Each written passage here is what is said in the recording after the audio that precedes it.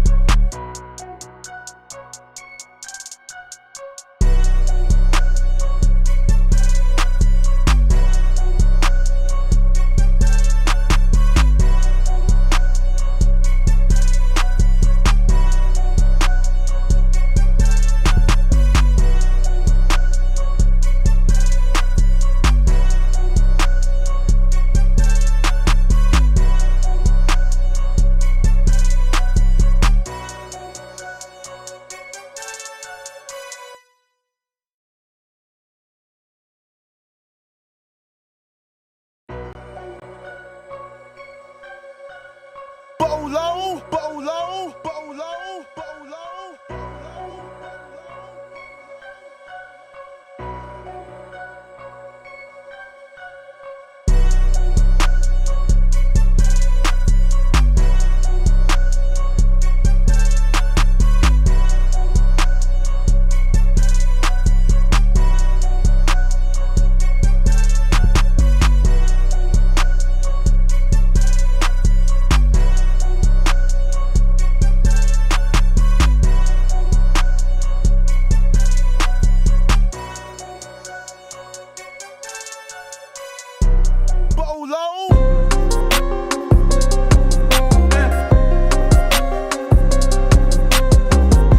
Before we get started, are you guys trying to build your studio but don't have all the money right now? Well, if you're trying to do that, you might want to go ahead and click on my link in the description and head over to Zzounds.com. Zzounds has a whole bunch of stuff on the site, and they have a whole bunch of stuff on the site that does not require a credit or background check. Meaning, all you have to do is order it, they will ship it to you, and then you can just make monthly installments while you use your stuff. Now, it's not everything on the site, but it is a whole bunch of stuff on the site that you guys can get right now by clicking my link in the description and heading over to Zzounds.com. So why wait? Go ahead and get you some gear today. Yo, did you know Analog Cases made a stand that can fit the Hydrosynth, the MPC Key 37, and the MPC X Special Edition, and the MPC X too? They're the same size. Yeah, Analog Cases has just added a new stand to their already popular XTS stands. This stand is called the XL stand, and this thing is dope. This is a professional stand that is made for professional users. And this thing will protect your gear because it is made from 100% solid steel. And even if you put a mid-size keyboard or your MPC X or your MPC X Special Edition, this thing hugs those machines just like a glove. These stands are adjustable, so they're not one size fits all. If you want to make them smaller, you can. If you want to make them wider,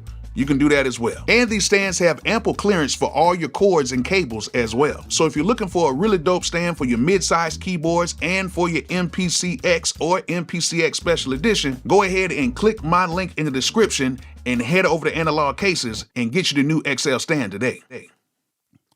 Yo, yo, yo, yo, yo, yo, yo. What is good? What is good? What is good? What is good, everybody? Good to see everybody on here again. I want to come on here again today and have a good time with y'all. Have a good time. So, basically, hold on. My water.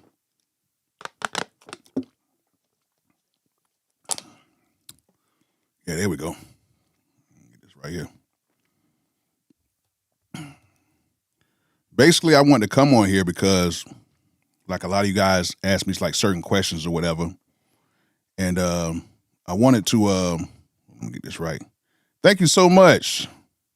Thank you so much, man. Thank you so much. Who was that? Start that thing off early. Desmond Dro. I can't see it. Dang it. I hate when I do this. Hold on. Hold on 1 second. Your name is so long. Hold on, let me make sure I get your name right. Yeah, Desmo Dramatic. Thank you. Thank you. Thank you so much, man. Thank you so much for donating to the chat, and thank you so much for donating to the collection plate. Bishop Bolo definitely loves when people donate to the collection plate. Thank you so much. But I get a lot of questions about, is there like money in music, and is it hard to really make money? And I'm gonna come on here. We're gonna discuss a few things. I don't really have everything in order, nothing like that, but I just really want to have a conversation with you guys and really tell you, for everybody who's coming in right now, that it is pretty hard. I'm gonna be honest with you. It is pretty hard if you're trying to go the route that most people want to take, but you can definitely make money in music right now.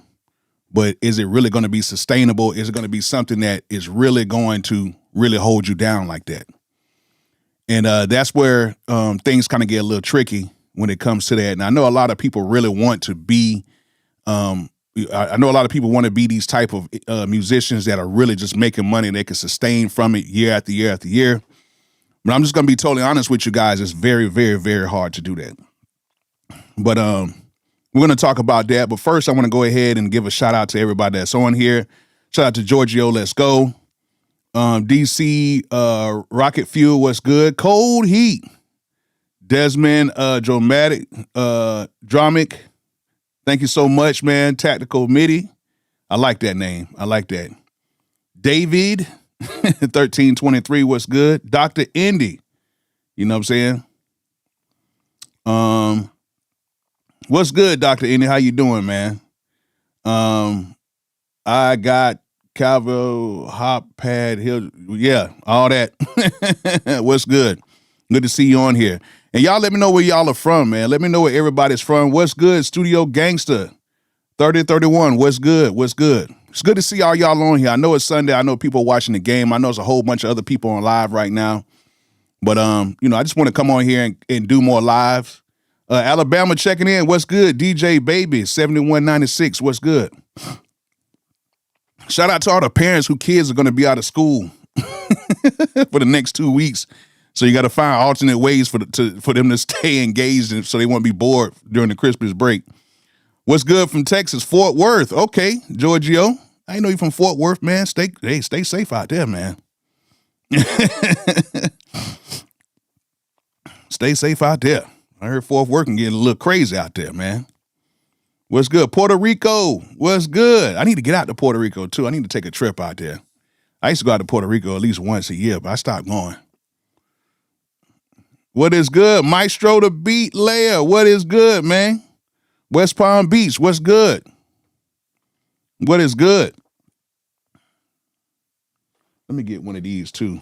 I've been hooked on these right here. These soft things right here. I've been hooked on here. San Antone.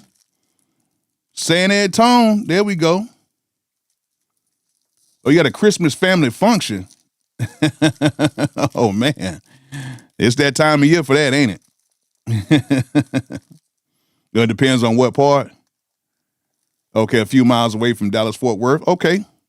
These right here, the soft ones like this, incredible.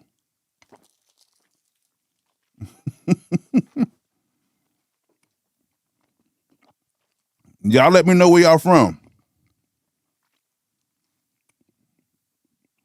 The good thing about a soft one, once they get soft, you can go ahead and just chew them immediately. What is good? Hey, yo, Sean. What's good?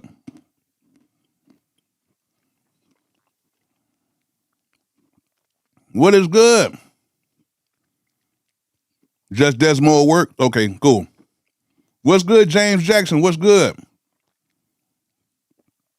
I am really Rembrandt.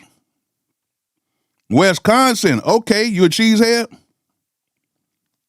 We're going to get a few more people in here. Fort Lauderdale. What's good? Doughboy Music. What's good? Arkansas. What part of Arkansas, man? What part? I've been in Little Rock. I've been in a few other places. I've been to Pine Bluff. Oh, you been outside? Okay. We got Philly in the house. LA, what's good? Mr. T. Lou, what's good? I should be out there for NAM. Yeah. We got Pittsburgh. Boy, I tell you what, Pittsburgh could be a beautiful, beautiful city, man, if it just wasn't so rough. That's a beautiful landscape out there, but it's rough out there in Pittsburgh. Certain areas, though. Fort Smith, what's good? Okay.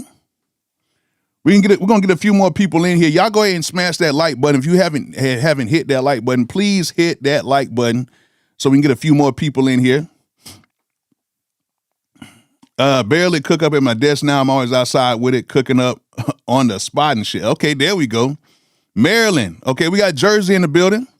Yeah, we're gonna get a few more people in here so we can open up this whole discussion. I'm gonna try to read a lot of you guys' I'm going to try to read from the chat a lot. If you guys got any questions or whatever, I'll try to get to the questions as I see them. If I don't see them, if you donate to the chat, I don't care if it's like 99 cents. As long as I can see that blue or red bubble or whatever, green, whatever, or something, then I can kind of read that a little bit faster. Okay, so if you want to donate to the chat, that'll be great. And then we can go and get to it. Minnesota, New Orleans, West Bank in the building. Okay. Oh, the Live 3 is your baby now? I remember you was just an old straight machine guy. Hey, yo, Sean, I remember you was straight machine. Oh, man, the Bucks, man, they're driving me crazy right now. But at least Alabama won, so that's all that matters. The Bucks drive me crazy, man. Todd Bowles with his bad defensive play calling, man. Oh, my goodness.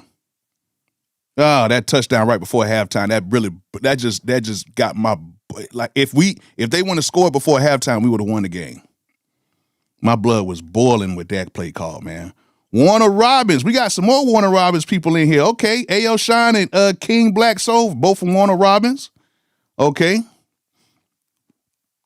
Okay. Everyone gets paid but the artists in the indie game. We're going to talk about that too, my brother. We're going to talk about that. And the NPC don't leave you. Okay. Baton Rouge, Maestro the Beat Layer. Okay, there we go. Go Bills. Hey, shout out to the Bills for edging it out against the Browns today. Y'all gave Shador some problems after his good start, so it's all cool. Oh, man, the Astro Lab came in. Hey, man, go ahead and set it up. Make sure you watch that video I did so you can go ahead and set it up the right way so it can work with your MP or whatever you're going to use it with.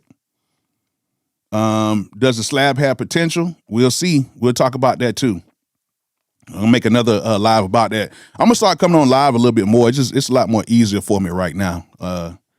Especially with the kids, they're gonna be home for the next couple of weeks and the baby and stuff. So going, coming on live and stuff like that would be kind of cool. So it'll be straight. All right. So let me make sure my camera and stuff right here straight with me. Hold on. All right, let me make sure everything is good. Yeah, we good now. All right. All right, so we got a few people in here. Let's go ahead and start the discussion, man. But, hey, make sure you guys go ahead and click that like button, hit that like button so we can get a few more people in here. And then we're going to try to, have a good time with this right here. So this is what I want to talk about. A lot of you guys hit me up all the time and like, Bolo, is there really money in music? Can we really make money in music like that? Or is this just a facade that people are trying to sell us or this, that, whatever? And I'm going to be totally honest with you guys. It is very, very hard to make money and sustain money in music. Like you have a window, especially with a lot of producers, a lot of engineers, a lot of rappers. Well, really rappers, writers, and producers. Engineers, if you're a decent engineer, you can make you some decent money if you can sustain that for a good period of time. But it's very hard to do that. And so let's go ahead and talk about this, from an engineer's perspective, somebody who's in the technical side of this thing, who is just recording artists, who are working with producers or whatever. Let's look at it from this position right here, which all these positions I've been in. I've been in every single last one of these positions. So I got a little knowledge about everything. So I'm going to try to break this thing down for everybody. And if you guys got any questions, let me know in the chat. The best way to get to me is to put a small donation or something like that into the chat. And then that way I can see it and then we can kind of go from there. So if you guys are like engineers, if you're somebody who is engineering, if you're somebody who wants to be an engineer and that's your thing, yes, you can make money that will sustain you in music depending on how much you work. And the thing about being an engineer is if you're an engineer and you're working all the time, you don't have a life, okay? Most engineers do not have lives because they are working for artists, they're working for producers, they're working for writers, they're working for A&Rs, they're working for a lot of people. So you're not going to have a life out here being an engineer, okay? I'm just being totally honest with you. If you're really trying to make really good money. Even if you're working for somebody, if you're somebody's in-house engineer, you're not going to have a life. You're not going to be able to sustain a healthy lifestyle. You're not going to be able to sustain a healthy family because a lot of these engineers have to be on go at all times. That means on holiday breaks, that means on family events, family functions, whatever, you have to always be there for that artist. So that's just how it is. And then you get paid good because engineers are now getting paid a lot better than what they used to. I know 10 years ago, it'd be great to make $15 an hour. Now you got engineers making 30, even $45 an hour out of some of these studios. However, when you're an engineer right now and somebody's calling you, there is no, okay, well, I'll do it tomorrow, I'll do it, whatever. No, you got to go do it right now. So yes, you can make good money as an engineer, but your home life, your regular life will be pretty much over. It's going to be pretty much over. You know what I'm saying? So everybody that is out here trying to be an engineer who says, oh, I want to be this whole engineer life or whatever right now, I'm telling you, it's a very hard thing to do because a lot of you guys will not be able to sustain being an engineer like that. I'm just being honest with you. A lot of you guys think that you want to be engineers, but I'm telling you, if you do not know how to just say no to your life, then engineering is not going to be your thing. And making money in it is not going to be your thing. The only way you're going to be an engineer to where you make your own money is if you have your own studio and your own situation.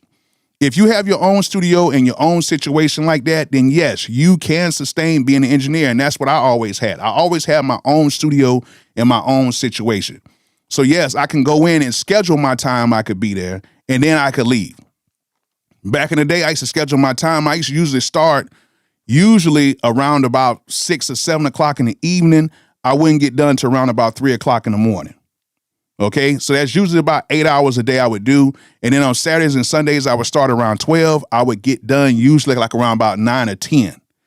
And I would engineer, produce, and do all that stuff in between that time. And I would give myself maybe like an hour or two break in between. And then I'll just keep going from there. And then sometimes the sessions would go a little bit later. Sometimes I do 8-hour sessions, 10-hour sessions, 12-hour sessions, 2-hour sessions, 1-hour sessions, whatever I need to do to make money.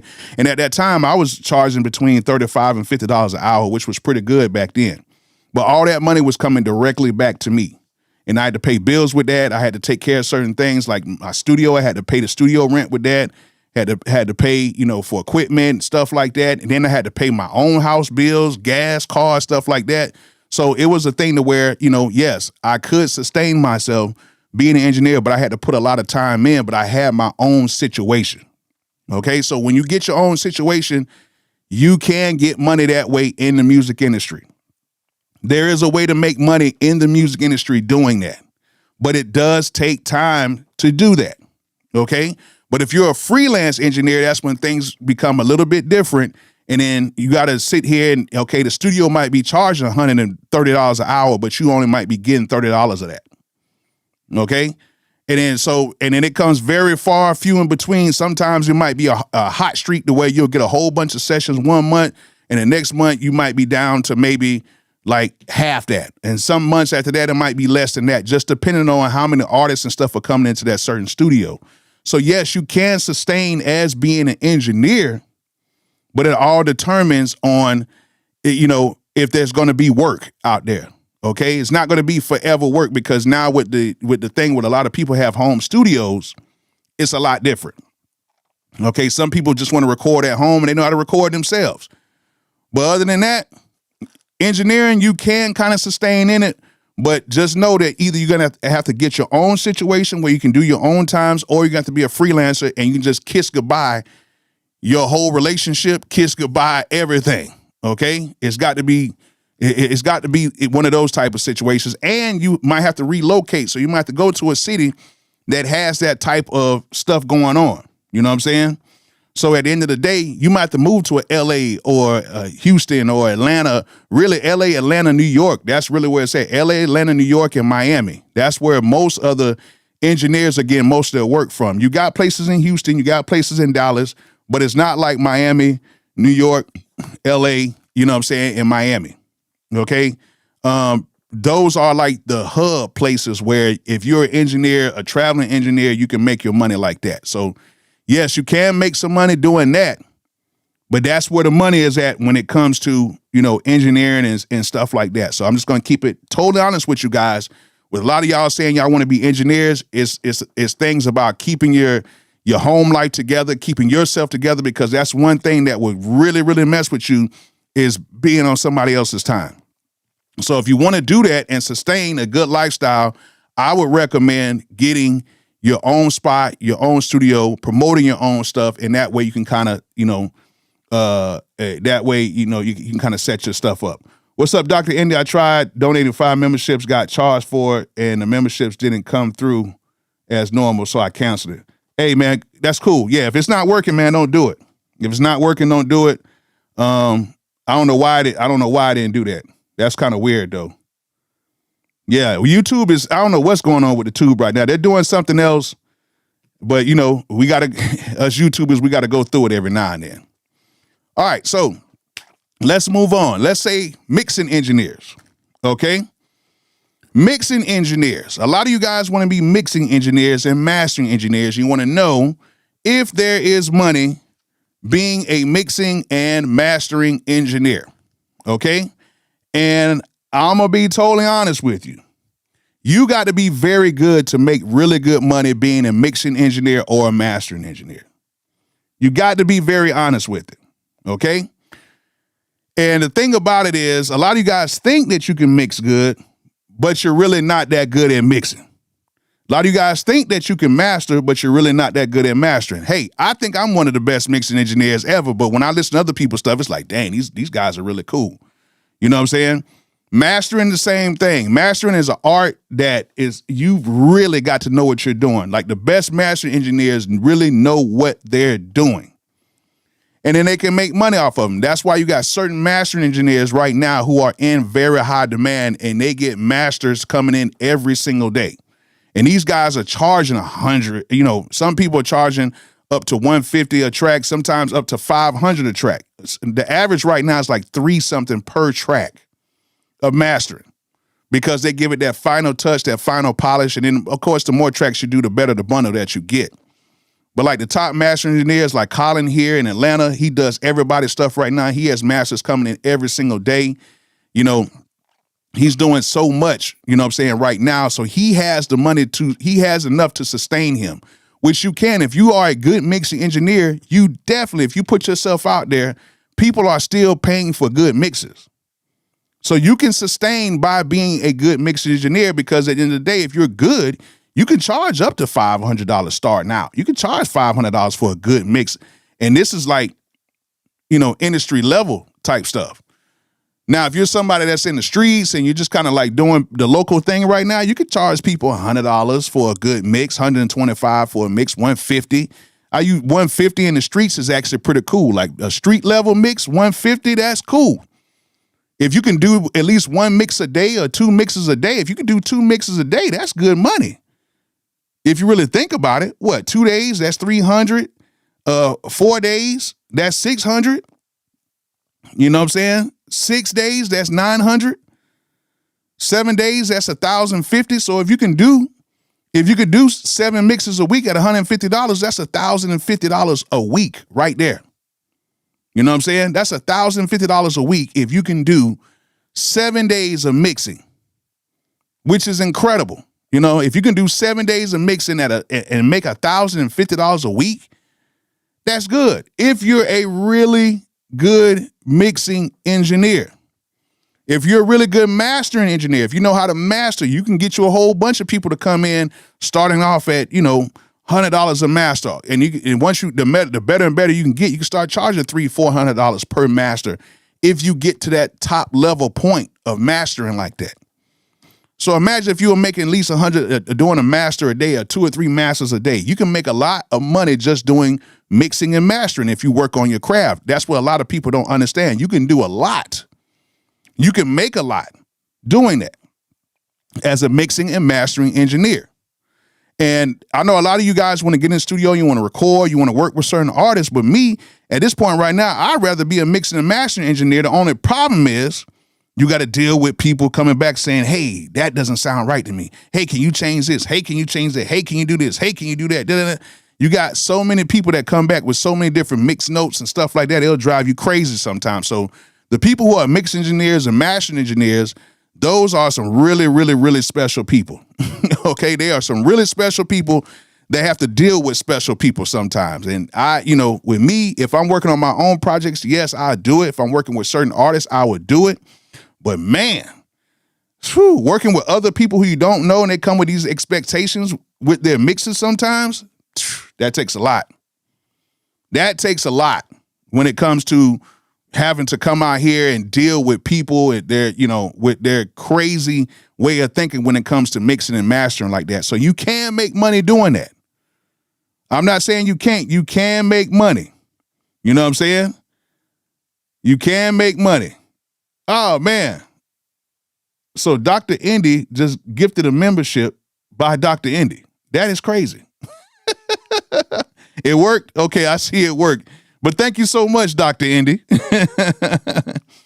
Yeah, most established guys do get all the work. That's how it pretty is. Most of the established guys get all the work, but you can come up underneath that and make some good money. You know what I'm saying?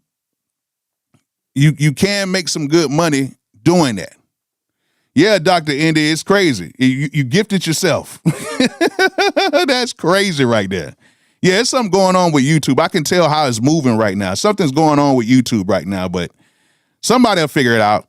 Because every time I say it, everybody like, oh, Bolo, you tripping. But no, I'm not tripping. There's something going on with YouTube. It's definitely something going on with YouTube. Definitely. It's moving very weird the last couple of days, okay? Very weird. Very weird. That is crazy right there. That is crazy. But yeah, if you are a good mixing engineer and a good mastering engineer, you can make some money that can sustain you in the music business. You can definitely do it. Oh, thank you so much, Dr. Indy. Thank you so much for gifting 5 memberships. Thank you so much, man. Thank you. Thank you, man. And shout out to all the new members that Dr. Indy just hooked up with the memberships. Thank you so much. Thank you, man. I really appreciate that. But yeah, if you're pretty good at mixing and people tell you that you're pretty good, you might want to go check out, trying to mix for some other people. You might have to go out here and kind of do a few free mixes for some people or do some deals, but it's something that can sustain you. And the good thing about being a mixing and mastering engineer is there's no ageism. There's no ageism when it comes to that, because with especially with hip hop and pretty much with a lot of stuff, a lot of people want younger people to do stuff. Mixing and mastering engineers, you can do that to the day you die. You know what I'm saying? I hate to say it that way, but you can do that to the day you die and you'll still be very respected by doing mixing and mastering for a lot of people. So if you want to have something to sustain you even past the point of you being an artist or a producer or a writer or whatever, being a mixing and mastering engineer is something that you can definitely take a look at, and even being just a regular tracking engineer.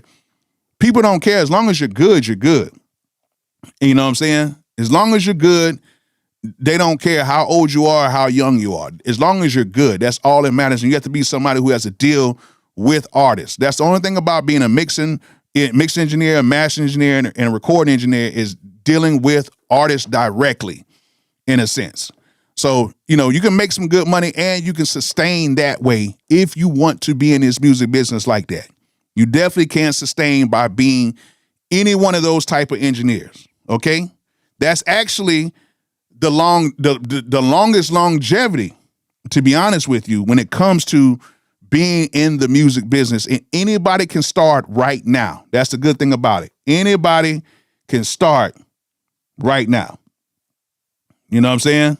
You know what I'm saying? So that's the way you got to look. That's the way you got to look at it. You know what I'm saying? That's the way you got to look at it when it comes to those particular situations when you're trying to, be in this music business. Okay? Like, that's the way you got to look at it. That's just the way it is.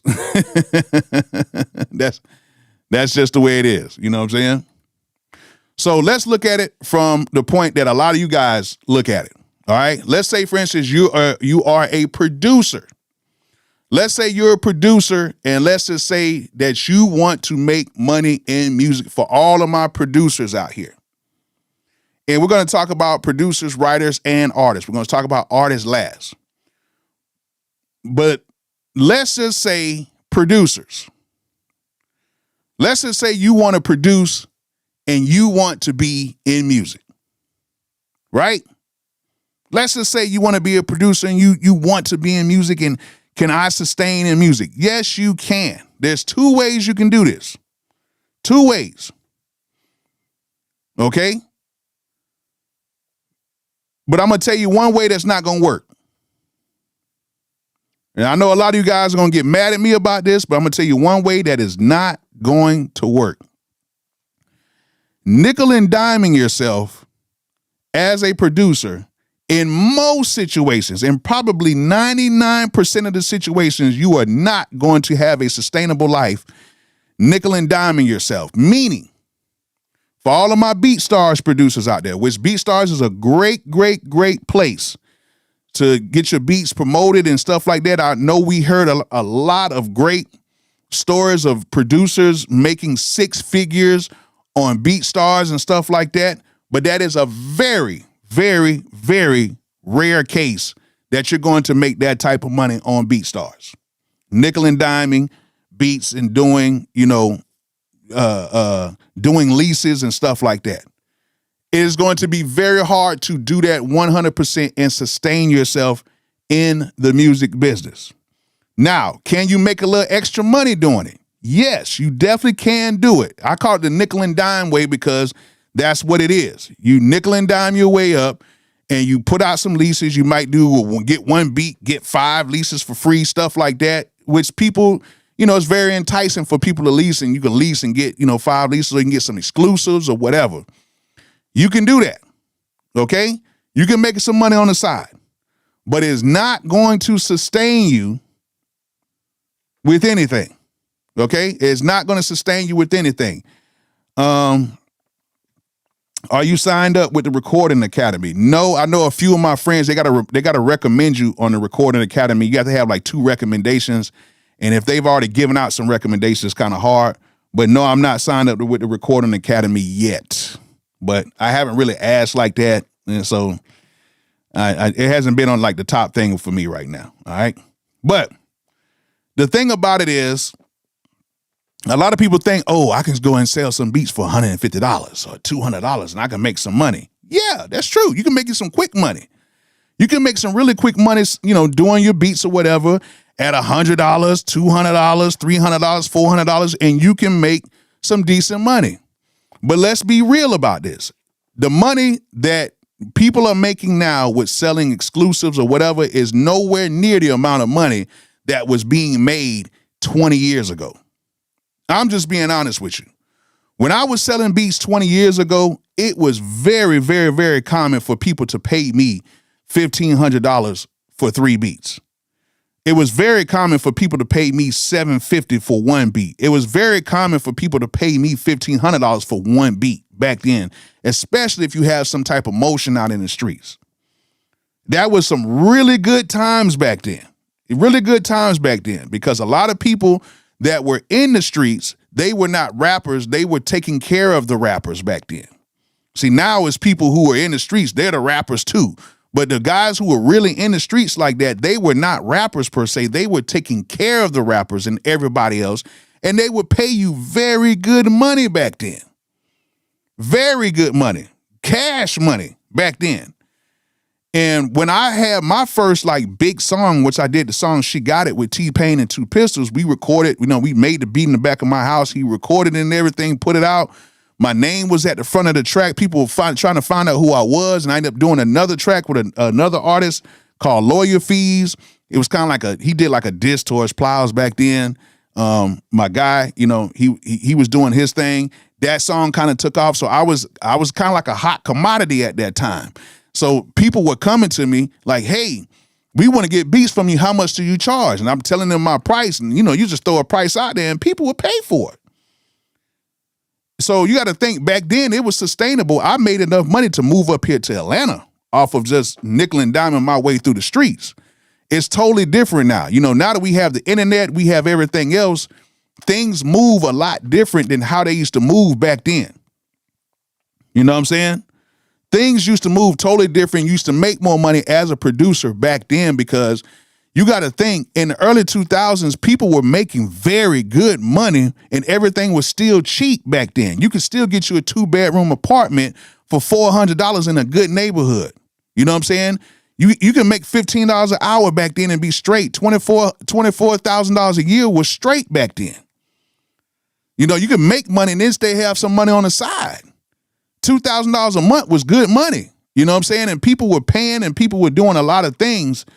But at the end of the day, there was a lot of street money back then. There was a lot of money just floating around back at that time. And you can make you some good money, like some really good money as a producer, and it could sustain you for a while. But one thing I want to say is you still got to understand that it only lasts for so long. You're only hot for so long. So you got to be able to capitalize on the money that you make during that time. You have to know how to capitalize off the money that you make. And that leads up to even the way that I produce now, to where I, make some beats and I actually work with my own artists. There is money in music still. Do not get me wrong, but most of the money that is in music are in the budgets. Okay? So we can sit here and talk about, oh, I'm a producer and I had 115 placements last year and I did this and did that. But it all depends on how big the records were.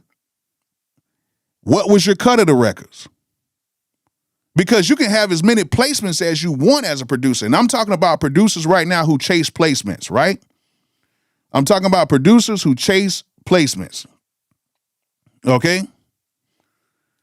Producers who chase placements are sometimes revered as being in a good spot. But a lot of these producers who chase placements, a lot of them they're not as in good a spots that are some of the other producers. Let's put it like that. You got a lot of producers who are very hot right now. You got some that are producing after this and producing after that, and they're on this album or whatever. And you thinking these guys are making tons and tons and tons of money. But in all actuality, they're not. And I'm going to tell you why. All right? And this goes for writers too. Because a lot of you guys don't know about writers, but writers are going to have their day too. It's going to be crazy when writers get recognized as producers like how producers are now. But you have to understand, you know what I'm saying? When you're a writer or a producer, it all goes down to how many people are being claimed on that song and how big the song is. And I'm going to break this down for you guys as easily as possible.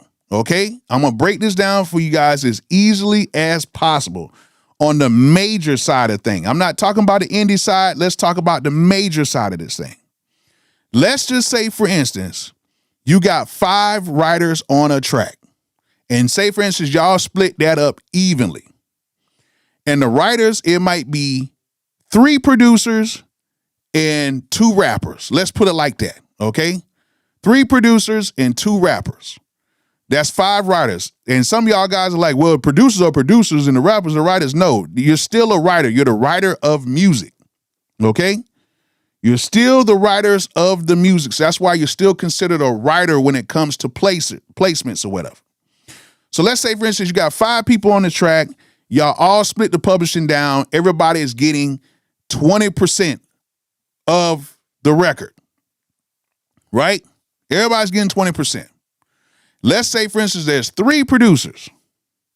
And I'm gonna give a generous number for the advance money that's coming in. Let's just say the producers get a $15,000 advance. The producers of the beat get $15,000. So that means right now you guys split. And let's just say for everything's down the middle, you guys split that $15,000. So that advance, you get $5,000 a piece. Okay? You got $5,000. Got $5,000. Woohoo! All right? But then what you got to understand is you still got to pay your lawyers. You still got to pay some taxes on that. So that $5,000 that you get can easily after you pay the taxes and pay your lawyers, that $5,000 can easily go down to about $2,500. Easily. Depending on what type of system you have, but most of the time, some people try to look over ChatGPT that thing or whatever, and then basically what they'll do is, you kind of save you some money, but you'll still end up with about $3,500 out of that 5 bands, okay, once you do taxes and everything else, right? So, boom, you get that done. Let's just say, for instance, cool, the song does pretty cool. Let's say the song generates $100,000. Yeah, then rent is due. Yeah, you're right about that, Dr. Andy. But let's say, for instance, that song generates $100,000 and you're with a major. Now, I'm telling you guys right now, you don't get to split that $100,000. It does not work like that with a major. Doesn't work like that. Usually with a major, you have a thing called a statutory rate. And I've talked about this before. It's called a statutory rate. And it almost sounds like something else because it pretty much is like that. It's basically a statutory, grape, but for musicians. Because the statutory rate, even though it has went up, it was 9.1 cents. It was 9.1 cents. Now the statutory rate is like 12 point something. It's going to go up a little high over the next couple of years. But let's just say it's at 12% right now, right? That 12% is the number that all the writers make on the mechanical side of that record. So all the writers have to split that $12,000. If that song made $100,000 with that 12.1% of the statutory rate, then that means there is $12,100 that has to be split. That has to be split amongst all of those writers. Think about that. That 12,000. And then let's just keep this thing 1,000%. That's after everything has been recouped. So we don't know if you're ever even going to touch that statutory rate, but let's just say that everything does recoup or whatever. And let's just say, for instance, we're in the green right now with 100,000. That means with that statutory rate, that's what you're going to have to split amongst the writers. Now, if you're a producer, you have a thing to where you have points where it's a percentage amount too. So, you know, you can ask for 3 points, sometimes 4 points, but a lot of times that's split amongst the producers as well. Let's just say amongst the producers as well. And let's say, for instance, you get 3 points. So you get 3 points or basically 3 pennies on every dollar. Okay, that's basically how it works. So if you made 100 grand, then you would basically have like another 3,000 that you would get. Thank you so much. Thank you so much, Av. Thank you so much for that donation, man. I really appreciate you, man. And shout out to those slab videos you've been making too, man. I ain't been having no time to be making too many videos. I appreciate you doing the slab videos. That's dope. I need to get back on it, man. But you've been killing it, so I don't have to do it now. I ain't got to do no more slab videos. Av is taking care of that. But yeah, so if you look at it, if you're in the green right now and you have the statutory rate and, you know, you got that, you got to split that. And then as a producer, you have the 3,000, which everybody, the 3 producers will get a piece of that $3,000. That's pretty much it. That is pretty much it. And then now you might have some publishing and stuff that comes in too. You know what I'm saying? You know, you might have your publishing and everything that comes through or whatever like that. And that's something totally different because really, and to be totally honest, you make more money on your publishing because you don't own the master at that point. Like, yeah, it's crazy. Like the record label owns the master. They're the ones who makes most of the money. You know what I'm saying? And the artists, they might get 15% of that too. You know, so the artist makes a little bit more money too because they'll get 15% of the master. Or even sometimes a little bit more. That's how it usually works, okay? But at the end of the day, that's one song that finally made $100,000. Now, if you made $1 million, then cool. Now we're cooking now. If you made $1 million, if a song went quote unquote platinum, 12.1 statutory, now we cooking now. Now we got 120,000. You know what I'm saying? And all the writers can break that down. Now everybody's making pretty much like a little over 20,000. Okay, cool. And then now with the statutory rate, now we're at 30,000 right now. Cool. We can break that down. So that's like 10,000 a piece. Okay, cool. So now you can start making some money. You know what I'm saying? But at the end of the day, that's how this thing works. And as you're saying right now, Dragon Fruit Real, yeah, it is kind of crazy that an artist is getting 15% of their own song is crazy, but you got to understand this is in a major situation. So what they're doing is they're taking care of all the promotion. They're taking care of everything. The artist does not have to come out their pocket for nothing. The artist doesn't have to come out of pocket for nothing at all. You know what I'm saying? Nothing at all. It doesn't come out of their pockets. So basically, they're doing everything for promoting you, to getting you everywhere, to paying for this and paying for that, and then you got to recoup from that, which I'm going to be totally honest with you guys. You know what I'm saying? Dahan Gordy, what is good, man? What's good? I'm going to be totally honest with you guys. You know, in most situations, that's actually a better situation because you don't have to come out of your pocket. And a lot of you guys do not have money. A lot of these artists do not have money to promote themselves the way these larger record labels can. But it comes with that. Okay? It comes with that.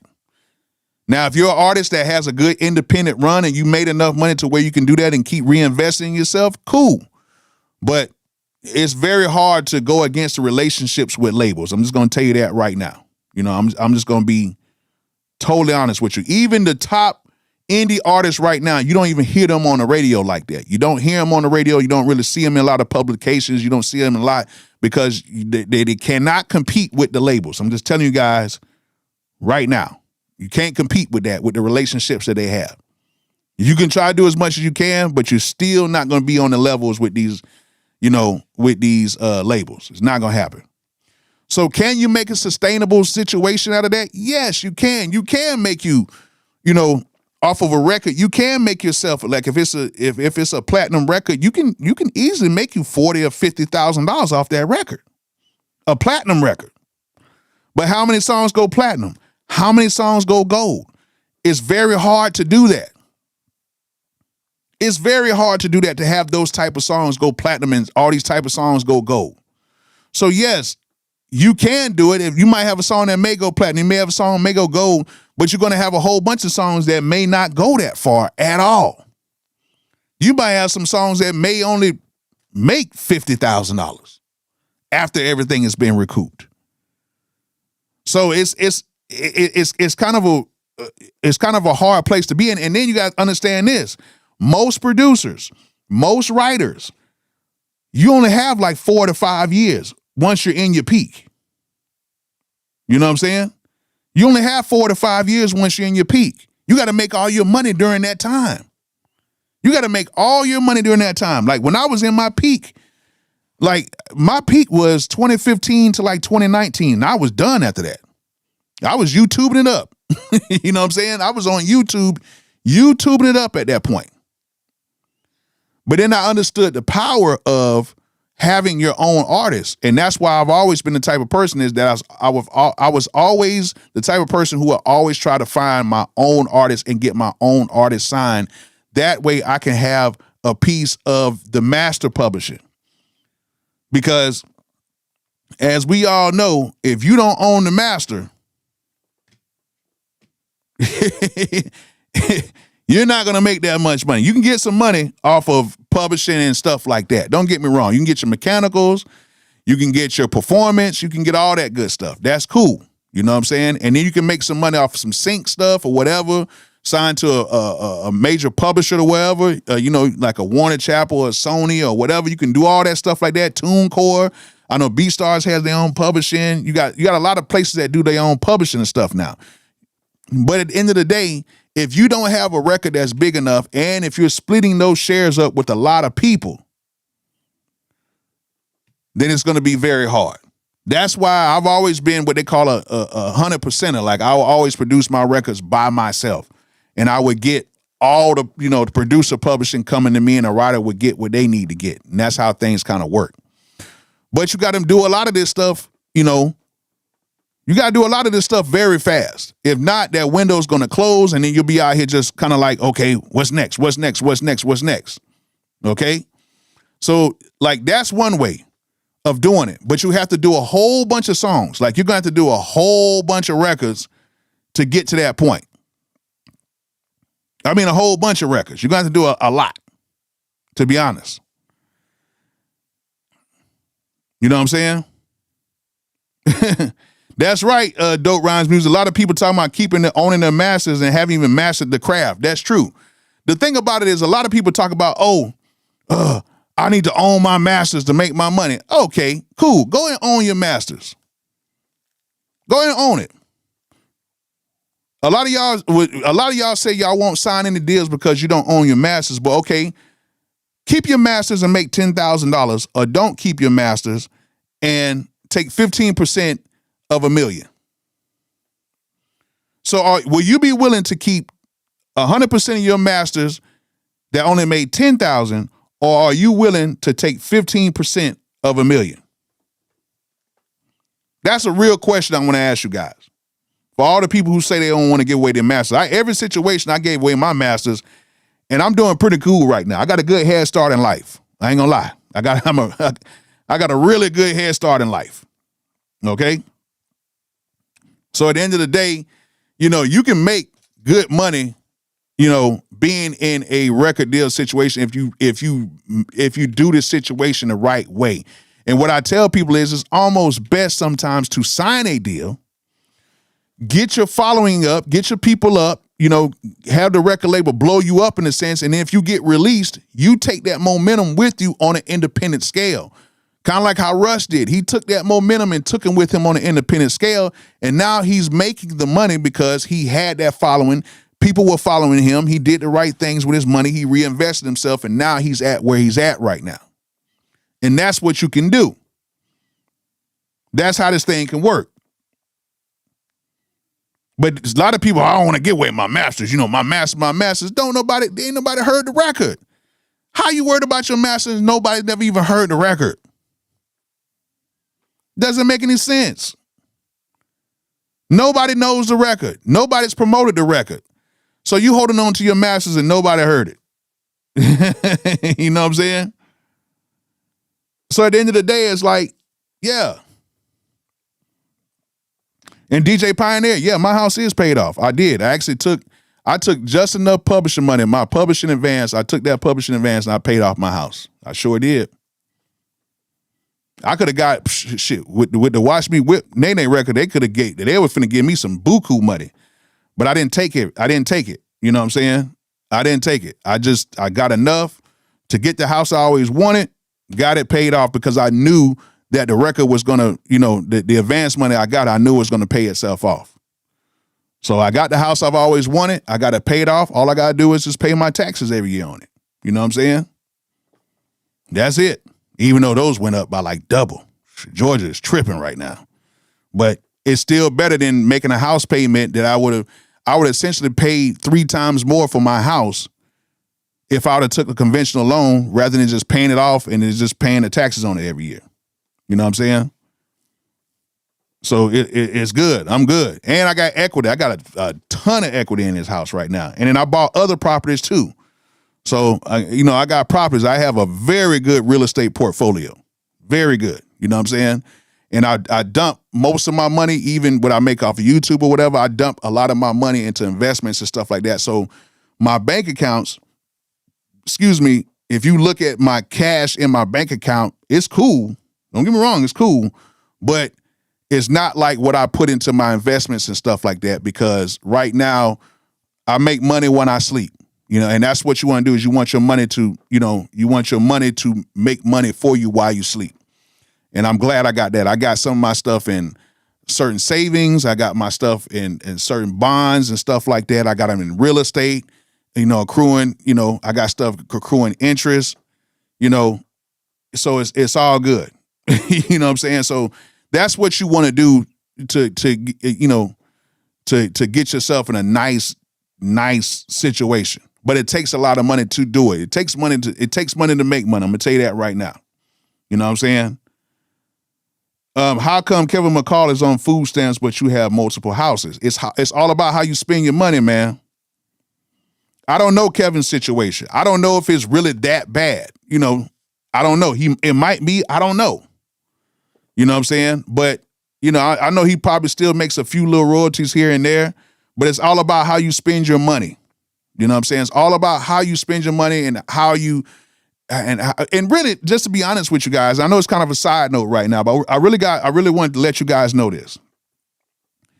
There are millionaires right now, people who make millions of dollars a year, who get the money and they spend it all up and then they're broke by the next time they get paid. There's people right now who are literally making, and let's just say, for instance, somebody who's making $500,000 a year, right? You making $500,000 a year, you're roughly making a little under $50,000 a month. There's people right now who cannot budget that $50,000 a month, which is insane.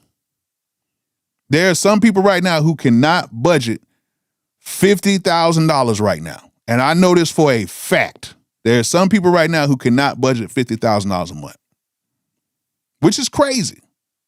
I mean, super crazy. It's crazy. But then there's some people who can budget $5,000 a month. There's some people right now who can budget $5,000 a month. And they're living better and more comfortable than the people who are making $50,000 a month. So it's not necessarily how much money you make. It's about how you spend the money that you make and how you budget the money to make and the moves that you make with your money. You know what I'm saying? Like that's pretty much how it is. Like, you know, you got these savings accounts right now where you can, you know, it's gonna wreck my doggone brain. Well, you can put your money in savings accounts and make you 4% a year. You know what I'm saying? Oh my God, I can't even think right now what type of savings account. I forgot what it's called, but I got a couple accounts like that where I make 4% a year on my money. If you put in $100,000 a year, you make $4,000 free money every year. You know what I'm saying? So there's ways that you can do that. Imagine if you had $1 million and you was getting paid $4,000 or $5,000, 5% a year on that $1 million. You can make $50,000 free money. $50,000 free money just by having $1 million in a high yield savings. Yeah, it's a high yield, but it's a CD account. My bad, certificate deposit account, CD account, and Roth IRAs, all that stuff too. Which we can get all into that as well too. Roth IRAs, but you have a limit every year with the Roth IRAs and all that stuff. And I can get real deep into this stuff because I've been doing a lot of research and just learning over the years with the Roth IRAs. But if you start earlier with your Roth and if you start earlier with saving early, you know what I'm saying, in certain accounts, then you can really, you know what I'm saying, make some really good money by the time you turn 60. You'll be a millionaire by the time you turn 60. You know what I'm saying? Yeah, there's some rich people that are living paycheck to paycheck. You know what I'm saying? Then they have some other accounts and stuff like that a lot of people get into, but a lot of these artists and producers and writers, they don't do it because a lot of times they get the money and they just spend it on everything. I got to get a new car, I got to get a new chain, new watch, this, that, whatever. And they're always thinking that, oh, I'm going to get another hit again. Or I'm going to get this other check. I'm going to make this other 10 grand real quick. And I got this cash and I can go and buy this and buy that. And I've seen this stuff happen over and over and over again. You know what I'm saying? Yeah, Roth IRA, $6K a year. Then once you hit 55, it's $7K a year. Okay, there we go. There we go. We got people in here that's knowing what they're talking about. Okay, here we go. So that's the way you got to look at these certain things. Like you have to make everything up. Yeah, 24 is very early. Yes. Start pumping money into these accounts, man. Learn about Roth IRAs. Learn about savings, these certain savings accounts. Yes, you are at the prime time right now. If you start putting in even $100 a month right now, by the time you turn 60, you'll be a millionaire. You'll be straight, and it's tax-free. Take a look into that, man. But yes, you can make money in music, and that's one way you can do it by getting a whole bunch of placements and stuff like that. But that's not the way I do it. I try to find artists, and I try to find big records. And that's the way I did it. You know what I'm saying? Like I got a piece of my artist, and that's the way that's the way it was. You know what I'm saying? So me, my situation is a little different because I had a big record. And it's very rare to have a big record. And I just thank God that even through all of these years, it's been 10 years, I'm still getting very good publishing checks every year from that record. So I thank God that I'm still in a situation to where I am still getting really good publishing checks, from that record. And I don't mean like, they're really good publishing checks. And in some months, and I love these gaming companies because some of these gaming companies, once they do their payouts every quarter, every other quarter, they'll pay out some really big stuff. You know what I'm saying? And some of these game companies, thank God for the gamers out there, because boy, those be some nice ones, you know what I'm saying? Especially when the games, play out like Fortnite. Fortnite will pay big times, sometimes, you know what I'm saying? So shout out to all the gaming companies out there, and shout out to the people who got my songs placed in these games and stuff like that. It really helps out. So I thank God that, that I'm still making publishing money like that. And, I can still live this lifestyle that I'm in right now, and I can still reinvest in whatever. But that's the thing with me. I try to always look at an opportunity of always reinvesting into anything. And in the grand finale, yes, I I understand what you're saying about the Roth IRAs want to save you. Inflation would eat it away at some of those savings. It will, but it's a little bit deeper. I know a lot of people saying that inflation will do that, but it's not necessarily like that, okay? I've seen how mine is growing, and it's actually beating inflation. Now, is it like tearing inflation out the water? No, but it does hover above inflation, at least for right now. So I can say, at least with me, it's cool. It's cool. All right. And then coupled up with a few investments in the CDs, and I do have a certain, I have one account that I have a cap. I have an account that goes off the stock market, and the only problem with my account is it caps. So if the stock market makes 20%, my account only makes a cap at a certain amount of percentage, but I don't lose my capital. So if the stock market makes 5%, 10%, 12%, I'm cool. Once it gets a little further than that, it caps. So that's the only thing about it. So the bank end up making the money from that, and I'll just get my highest percentage rate. But if the market crashes and it goes under, I don't lose that money. So it's kind of like a crazy thing. You know what I'm saying? But that's the thing about it. And Dope Rhymes Music, that is right. A lot of people are treating the art like it's a hustle. And that's the main thing about it. You cannot treat this thing like a hustle. That's where people end up losing out on a lot of different relationships and money, because they treat the music game like it's one big hustle, and you cannot do that. Okay? Thank you guys so much. Thank you. That's annuity, Bolo. Thank you. My bankers over at Wells Fargo, they doing me good. Bank of America's doing me good, and my people at Merrill Lynch, they're doing very good. One of my homeboys hooked me up. He's doing very good. I don't know all the exact terms right now. I'm just talking, but yeah. Thank you. Thank you so much.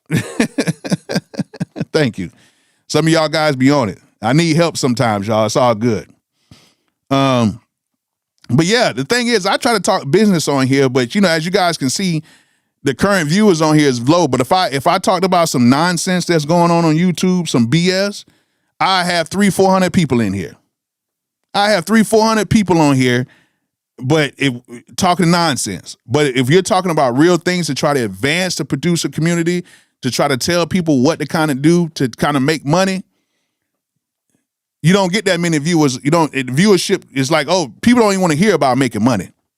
They don't want to hear about making money or sustaining in the music industry. They don't really care about it. People just want to be popular. You know what I'm saying? People just want to be popular, and they just want to make some money to floss out and shine in front of their friends. That's it. That's it. People want to be, want to come up here on the tube and talk all this mess and say certain things and call people out and start drama. That'll get you views on here. I can't do that. I want to try to advance, I want to try to advance the community, because the thing about it is, what it all boils down to is that everybody says they want to be in the music business, but nobody wants to learn how to sustain in it. You know what I'm saying? That's what it is. Nobody wants to learn how to sustain and really know how to make money doing this thing. That's the thing about it. People say that they do. Oh, man, I really want to learn about this YouTube thing, man. I really want to learn. No, they don't. No, they don't. A lot of people say they do, but a lot of people don't, man. They really don't. They don't. They just want to make music and work for somebody else. That's what they want to do. If that's what you want to do, that's fine. That's fine. But then people get mad and upset when they finally get into this thing, and then they'll turn around, and then all of a sudden they're knee deep into a real situation in the music industry, and now you don't know what to do, and you got people on here really trying to advance you guys, but then, that's why you don't see that many people watching these type of lives or watching these type of videos, because people swear that that's what they want to do, but they don't. You know what I'm saying? For real. I'm just being honest. But yeah, that's the problem. Like, unless you have like a big hit record like how I had, it's hard. And like I say, friend, I thank God for that record, man. I really do. It turned my whole life around. It turned my way of thinking around. I'm a totally different person than what I was 10 years ago. And now things are much different. 10 years ago, I was on the road. We was, going from city to city. I wasn't taking care of my health, everything really kind of worked out just by doing things the way I want to do it. I didn't have to go into studios with all these entourages and play beats and do all this stuff like that. That's something I really don't want to do. I'd rather be behind a camera and talking to you guys right now than to be in the studio with 20 people. Because truth be told, like somebody else said, a lot of streamers and gamers and stuff are making more money than people making music. One thing I can say, you can talk, a lot of people can say a lot about YouTubers. They can say a lot about us who are on YouTube, right? A lot of people can say a lot of stuff about us. They can say, oh, y'all make videos about the same thing. Y'all do this. This is unethical. That's not right. Ain't it. This ain't that. But the thing about it is, one thing about us YouTubers who are doing this thing, we know that around about this time every single month, on around about the 20th, 21st, 22nd, 23rd, that YouTube money is going to hit our account. The thing about the music business, you could be working on a track, you could be owed some money, and that money might not show up to sometimes 2 or 3 years later. Just being honest. Now, if you're publishing stuff, your ASCAP, your BMI, your CSAC, whatever you're dealing with, or if you're with a publisher or whatever like that, and your song is coming out and you making some money, boom, you're straight with that. But getting money from a record label, good luck on that sometimes. I've never really had that issue with that, but I know people who had that issue with that, you know what I'm saying, with getting their money and stuff. So I think I only had one issue, and that was the first time I had like a really big placement on the album. And I didn't get in touch with the one lady from the record company. Didn't even know to get in touch with her. But luckily, one of the writers, I ran into him. And he was like, I got paid. I'm like, I never got paid. And he's like, here. He's like, email this lady right here and tell her you never got paid, bruh. Get your money. And then boom, like literally 2 weeks later, my money came in. So at the end of the day, you got to understand, like, when you're doing this stuff, and when you're doing this music thing right now, you got to understand is you're dealing with other people who don't value your time and they don't value your effort, in a sense. So that's why I say, like, you got to make as much money as you can between that 4 to 5 year window. And then if you go past that 4 or 5 year window, that's pretty much icing on the cake at that point. Now you're going into superstar status as a producer or as a writer and stuff like that. Okay? So that's how that works. You have to have either a really big record or you're going to have to do a whole bunch of small records, but you're going to have to put out a lot of beats. And me, I'm not the type of person that just pushes out a lot of beats like that. I make beats and stuff, but I like to make beats for artists that I'm working with. I'd rather take that route than to be dealing with artists and you got to go in there and now we got to deal with the label and then this, that, whatever. It's just too much. I'd rather get my own label and maybe go through it with a major and then get the budget. Because with the budget, you can kind of spend it the way you need to spend it and, make the certain moves you got to make. But that's much more effective to me than to be out here chasing placements. Just being honest. It's cool to be in certain studios with certain artists and this, that, whatever. But some of these artists, a lot of times, will have the money to pay you up front for the record in their pocket. But they'll say, oh, just go holler at the label. The label will take care of you. When they can easily just break you off, like, I'm pretty sure there's a lot of producers right now be like, hey, bro, I really charge 10, but if you give me, 7,500 right now, cash, I'm cool with that. But a lot of artists don't want to do it. They'll sit here and be like, oh, yeah, no, that's cool. Just let the label take care of that. It's crazy. And a lot of artists, if they understood that, they actually would save money that way because now, you don't have to, you can just make a deal, be like, hey, listen, if I pay this 75 now, we're going to put this down on the sheet of paper. You got paid. And then what we're going to do is let the label know that you got paid. Everything is taken care of. And then boom, we can just get this thing on the rolling. But a lot of artists won't do that.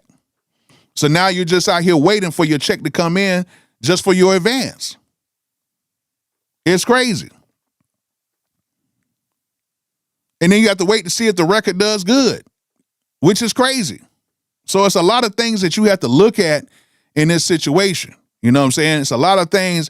And then now with the whole thing with YouTube not reporting the Billboard right now, it's going to get a little bit crazier too, which this is something that we're going to talk about as well, because now with YouTube not submitting their views over to Billboard, now we're dealing with some stuff to where we could really kind of like take the shine off of a lot of artists now, because now if you're an indie artist and we take them YouTube numbers away, which they're the biggest search engine right now in the world, now we don't have that going on with Billboard. Now people are like, they could be kind of falling off because you won't have that Billboard credit to your name, all because we don't have the YouTube views and stuff being tallied up with that. So it's kind of crazy, man. It's kind of crazy. You know what I'm saying? Yeah. So many beats. Shout out to the producers enduring and tolerating that BS. He said, I need my money now. Stop playing with me. But that's how this stuff works. That's how it works. It's sad. It's very sad, but that's how this thing works. You know what I'm saying? What we got another one right here, Bolo, but what about Forex? With the rise of BRICS and the US dollar deceasing in prominence in the global currency, how should artists diversify our global currency to defend against major loss? Man, you really don't know what's really going to happen. All you can do, and I tell a lot of people is, all you can do is worry about where you live. I wouldn't necessarily think too far globally with a lot of this stuff. Like, you know what I'm saying? I wouldn't think. I'll just worry about where you live and where you decide that you want to stay at, where you want to live at. If you're living, like, because right now, if you really think about it in the States, yeah, you know, it's kind of bad right now. Okay, cool. But, you know, it's still not as expensive as like going somewhere like Sweden or something like that. It's still very expensive. You got to think back in 2008, 2009, a Big Mac meal in Sweden was like $13. So it was a lot. You know, now we're finally, the US starting to catch up now with the Big Mac meal being $10, $12. So you got to think it's still a little different. I think you got to just focus on where you live at, you know, and if you're living in the States, focus on what's going on here in the States. I know the tariff thing and everybody's in the tariffs. At this point right now, it ain't got nothing to do with tariffs. It's got everything to do with greedy companies and investors. A lot of these companies want to appease to their investors, and they want to make sure that the investors are making money. That's what it is. So a lot of times, if you know of a company has a ton of investors, you might want to go ahead and invest in that company and be a part of that company. You know what I'm saying? That's right. God Lambo, just move like the banks. The longer they hold the money, the better it is for them. You got to go out. Buy gold, Bitcoin, Ethereum. Yes. Yeah. I got gold, big, and I got not one Bitcoin, but I got a good piece of it. And I got the Ethereum. I say the name wrong. Ethereum. I don't know how to say it, but I've had that for a while. And I ain't gonna lie to you guys, I had actually Bitcoins when they were cheap. I had Bitcoins when they were cheap, and I sold them bad boys off in 2016. Kicking myself in the ass right now. That's all I'm gonna say. Kicking myself in the ass right now. Kicking myself in the ass. Like I had the Ethereum. I had that when it was literally nothing. I had hundreds of them things when it was literally nothing. Sold them. Then when they started going up, I came and rebought them back. It was a little too much. You know what I'm saying? I still got a few of them, but with that Bitcoin, I had Bitcoins when they were dirt cheap.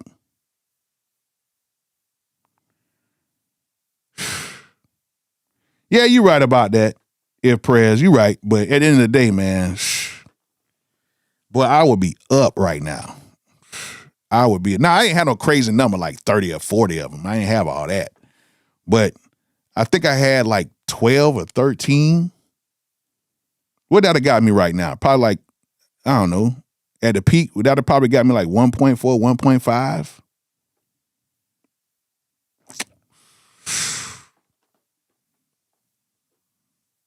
Yeah. That'd have helped out. That'd have helped out a lot.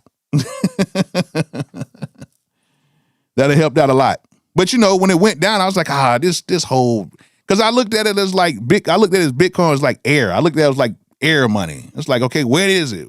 What is it? What you know, what's going on? Like, what is this? Who determines this or the blockchain? You didn't really know.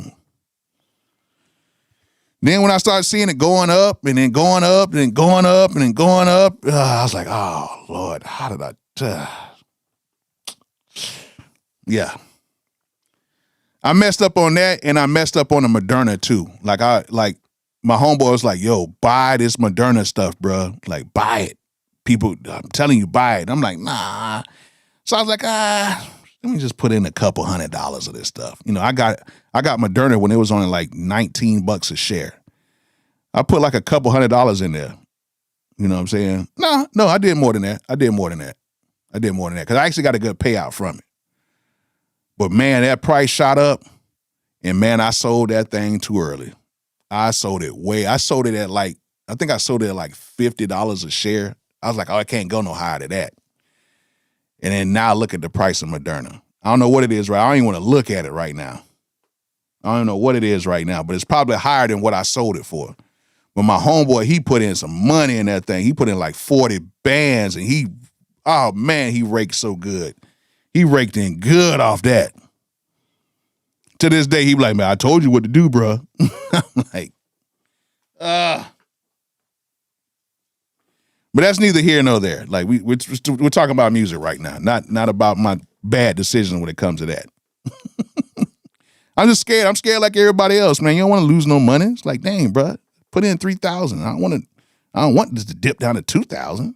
I want this to go to 15,000. You know what I'm saying? Oh man, crazy with that Moderna thing. I could have made some money. Was it ethical? I don't know, but it felt good making some money from it. I ain't gonna lie. It felt good. But yeah, you know what I'm saying? As a musician, there is, unless you're doing a lot of work out here, you're not going to make that much money. Okay? Let's just be honest. You're not going to make that much money. But you can. You can. You know what I'm saying? You can. If you stay consistent with it. But you're going to have to get from under the nickel and diamond game of it. You got to get into a long game of it. And some people don't know how to move from out of the nickel and diamond thing. You know what I'm saying? Like, some people don't know how to move from that. You got to learn how to move from that. You got to. If you don't, man, it's going to be rough for you. And I try to tell people, oh, they did crash? Okay, cool. Good. Because I remember they was up to like 400 or something, like 300. It got up pretty high. Moderna got up pretty high, didn't it?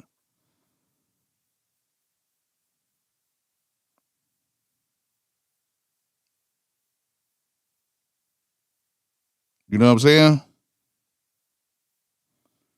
Hold on 1 second.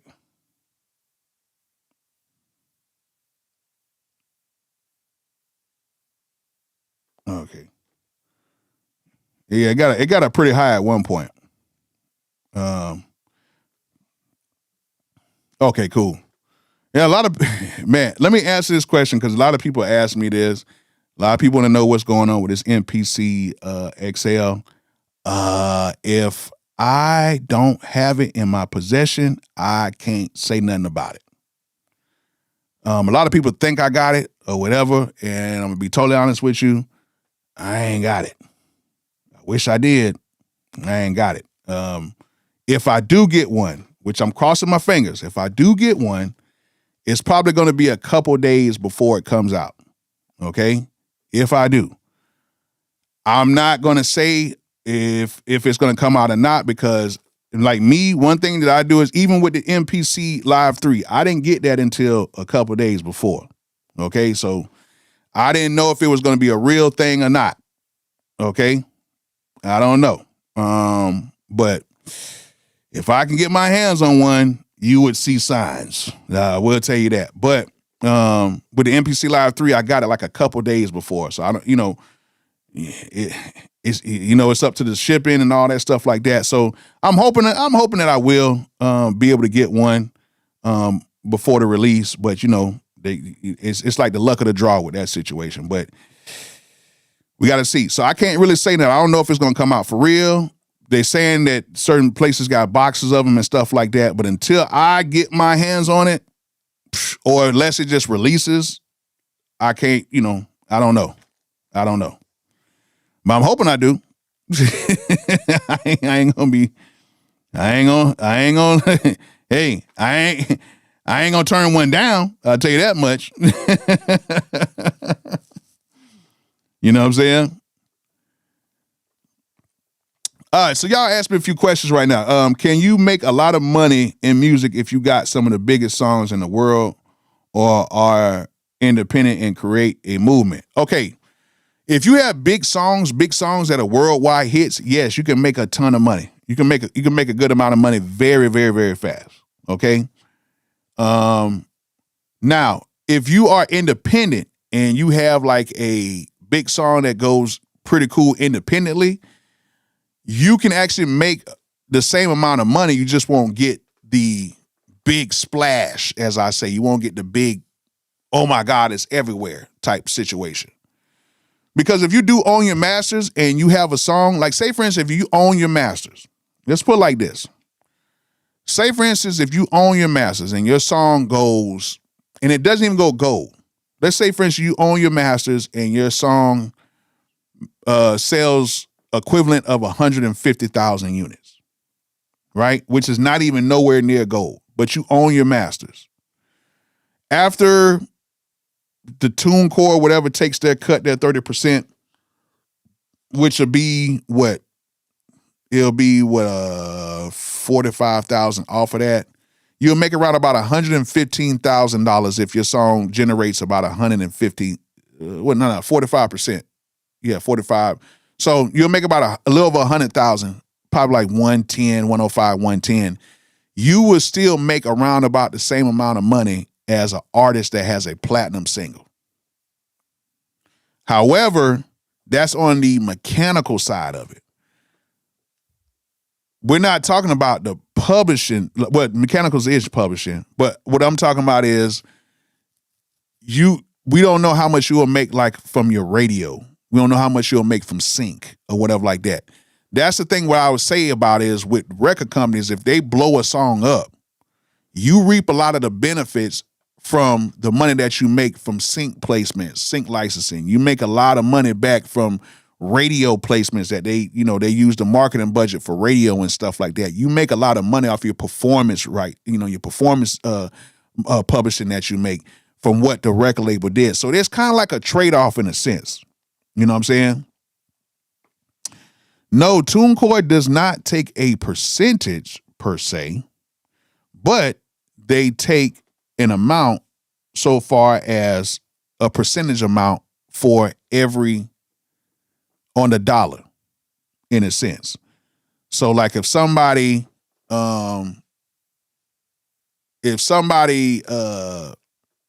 makes if somebody buys the song for $1, you will get 69 cents per sale. Okay. They have to now, if you're looking at the streaming side of it, if you're looking at that, a lot of that stuff is being collected, you know what I'm saying, from the MLC, which they do take a percentage from that. Don't think the MLC is just giving you money for free. Like they still take a percentage. Even ASCAP and BMI gets a percentage of your money coming in. So it still is the same thing. You know what I'm saying? Kind of, yeah, they charge a flat rate. Yes, I understand that. But for them to collect your money, the place that collects your money still gets a small percentage of that. It's a small percentage, but they still take a small percentage of that.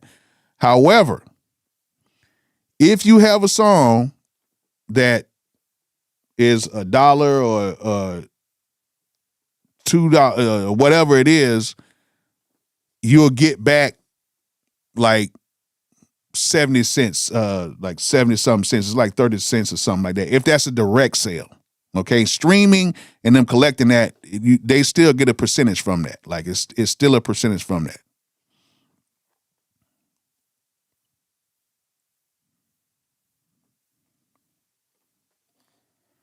So y'all looking at it from, you know, the flat percentage rate of them collecting from streams, but if like, you know, iTunes and stuff like that, that's why I say nothing. Everybody's in a 360 right now because iTunes and them, they charge a certain amount to put that stuff on there. That's why they do that. You know what I'm saying?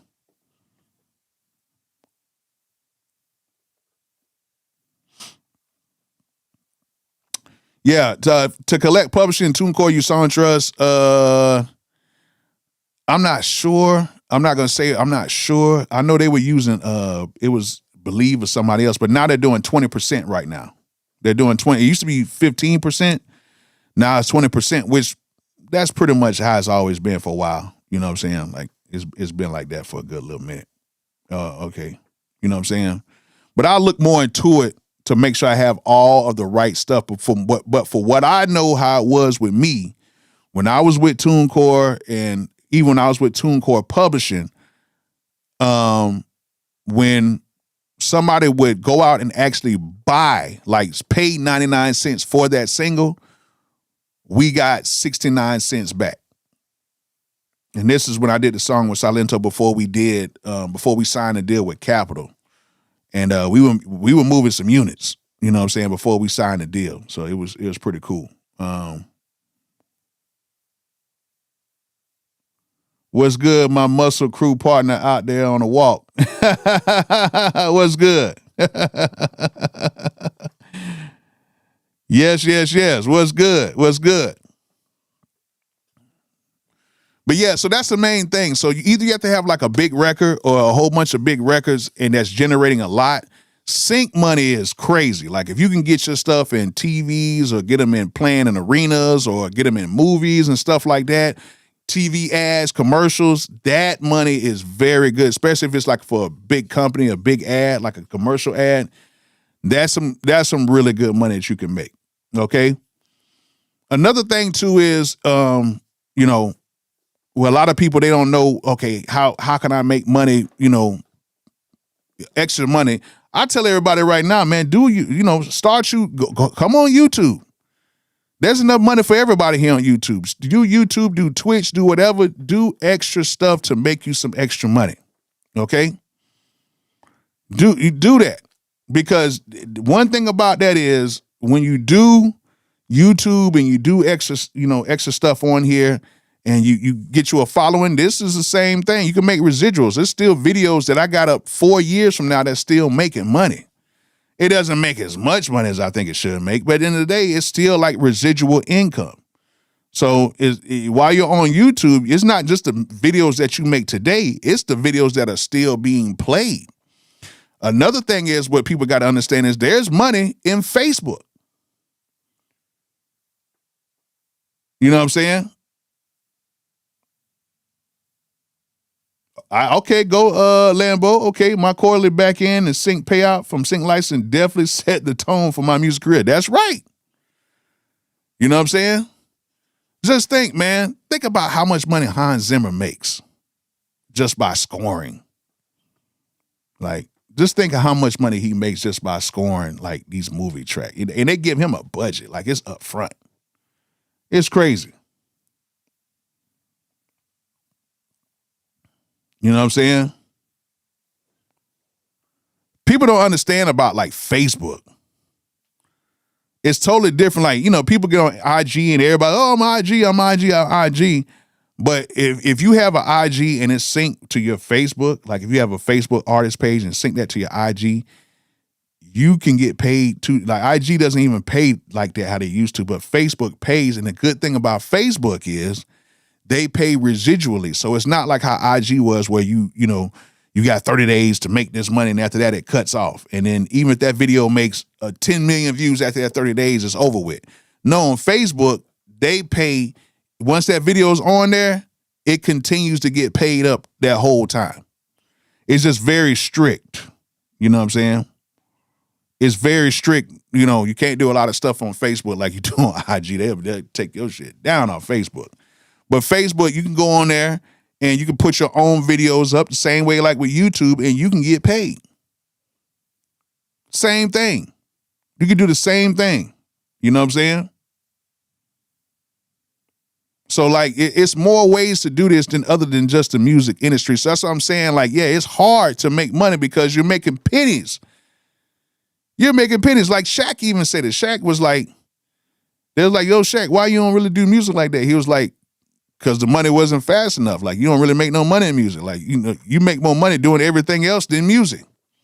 Why you think he has like 1 billion businesses? Shaq just raps for fun because it's fun. He does, you know, he does his DJ sets because it's fun. It's not because he's really trying to make music. He's doing that because it's just fun. Because once he's seen how much starting a business versus making an album, he's like, I'm just doing this for fun. Yeah, NSYNC, come over to my house and record. Don't worry about it. This is fun. You know what I'm saying? So yeah, it takes a lot. It takes a lot to make money in music. And I know a lot of you guys want to make money, and I know a lot of you guys looking at some of these rappers and producers, and they got these chains on, they got this, they looking good, they got houses, da. You gotta think, man, a lot of these rappers out here making money off of touring. A lot of these singers and rappers and everybody else, they make more money off of touring than they do their albums. The albums ain't nothing but a setup. You know what I'm saying? The albums are nothing but a setup to go on tour. Because if you can sell hard tickets, that is way more. You got to think. You got to think, man. The last Chris Brown tour that he just did probably made him more money than all of his albums combined. All his singles combined. That one tour made more money than that for him. You know what I'm saying? Yeah, I see that thing with Taylor Swift. She hit like that crazy amount for her tour, and then she breaking off the truck drivers like an extra 80 bands, and then all of her dancers got an extra bonus of 700 and some thousand. Like almost all of her dancers basically almost was millionaires off of one check, and she hand delivered the checks to the people. Now that's one thing. You know what? I like that. I'm a Swiftie now. I'm a Swiftie. I'm going to do a whole live just talking about that. I'm a Swiftie now because you did that. You know what I'm saying? I'm a Taylor Swiftie. Like that's dope. I like how she did that. You know what I'm saying? You give people bonuses. That's crazy. And she had enough money to give people a crazy bonus like that. You know what I'm saying? That's crazy. For you to do that for people and to help people out, like the truck drivers, you giving them 100 bands. You giving other people, the lighting, the stage people, like another 150 bands. Then the dancers getting 750 bands.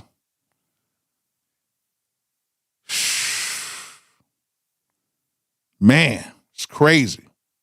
Yeah, the truck drivers got 100K a piece. And all they had to do was drive. You know what I'm saying? That's crazy.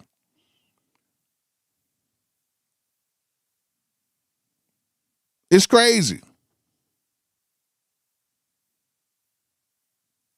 So shout out to Taylor Swift for doing that. I don't know if anybody else has even did that. I've never heard of it. I don't know if even Beyonce did it like that. I wonder if she did. If she did, that'd be dope. That'd have been dope. If she did that, that'd be dope. You know what I'm saying? That's crazy. But yeah, it is some money out here, but you got to find it. You got to go get it. And I'm just being honest with you, for all the producers, writers, engineers, artists, and stuff like that, it takes a lot to make money. That's why I keep saying you got to love what you do on here. You have to love making music. Because if you do not love it and you're just striving to get a payout, it's never going to work out for you.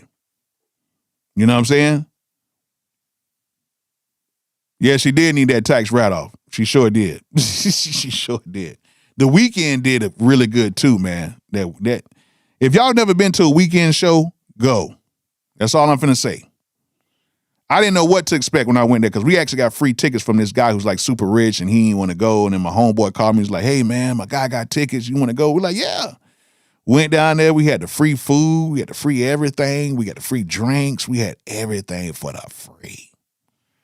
5-star restaurant in the football stadium. That was crazy. In the Atlanta Falcons Stadium, they got a 5-star restaurant down there. Mwah. Crazy food, crazy everything. It's dope. And we got really good seats in the 100 section, and we seen oh man, it was crazy, man. No fights, no nothing. It was just good vibes, man. Good vibes. The stadium was completely full. It was one of the best experiences ever. Whenever the Weeknd comes back, we're going. You know what I'm saying? We're going. And Hammer went broke doing that. Yeah, I think Hammer just went a little too far with it. You know what I'm saying? He went a little too far with it. But he's still good. You know, he had big hits. So, you know, like you said before, hey, I'm not broke by any means. Like, I'm not broke. He even said, I'm not broke like the average man broke. He just says I'm like broke music industry type broke. But at the end of the day, he says I'm still I'm still really good. You know what I'm saying? And he's like, I'm really good. You know, in which he is. He's still a multi-millionaire. Let's put it like that.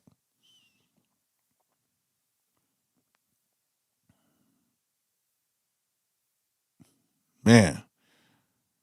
But yeah, y'all got any questions, man? Go ahead and ask some questions. I'm finna go ahead and shut this thing down in a second, man. I'm gonna start doing more lives too, so you guys can come on here and come on here and be a part of the lives and stuff like that. So if y'all guys got any questions right now, I'm going to field some questions real quick. If y'all got any questions, go ahead and ask me. We're going to do that. I doubt Vanilla Ice is. Vanilla Ice got some money. Ice Baby made some money. Vanilla Ice got some money. Plus, he's flipping them houses down there in Florida, so he's doing good. Like, that TV show ain't no real joke. Like, he's really out there flipping houses. Better clear space for the MPC XL. I'm hoping. I got the desk out here ready. If it's coming, you might see some dust marks of it or something like that if it gets here. I hope so. I hope so, man. Yeah, hey, please let the MPC guys deliver one here.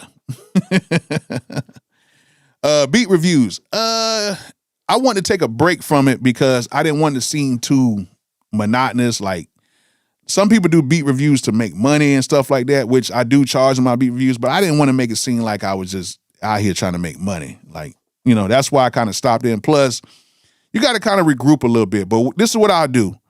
I'll probably do a beat review maybe Tuesday night. I might do a beat review Tuesday night. If I don't do it this Tuesday, I'll do it next Tuesday after Christmas. I'll do one. You know what I'm saying?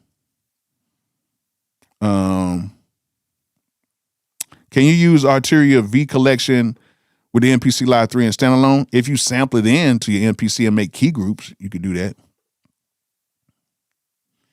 Somebody, Andy Mack might have to hand deliver it to you himself. Hey, if Andy want to do that, come on, bro. I'm powerful like that in the MPC area, but I ain't that damn powerful yet. I gotta get my weight up.